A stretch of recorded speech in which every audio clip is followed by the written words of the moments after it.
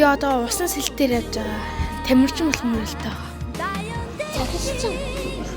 Би бүжигчин болох юм гэдэг. Би там болоод онгоцны нэвтрүүлэгч болохыг хүсдэг. Ирээдүйд ямар хүсдэг? Шатарчин. Зургийн багш болохыг. Би бол сэтгүүлч болох юм гэдэг. Ягаад гэвэл ингээд би ер нь бол англи руу яваа тэгээд би англитэйсэн баггүй тэгээд англи сэтгүүлч.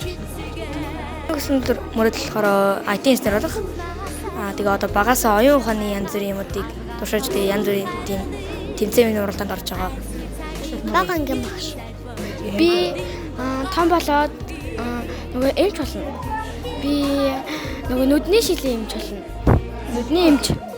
Бизнесмен. Цагдаа. За яагаад гэвэл нөгөө манайх цагдаа болох гэж байсан. Гэтэ чадаагүй. Би хүслийг нь гүйцэтгэж бас хийж байгаа.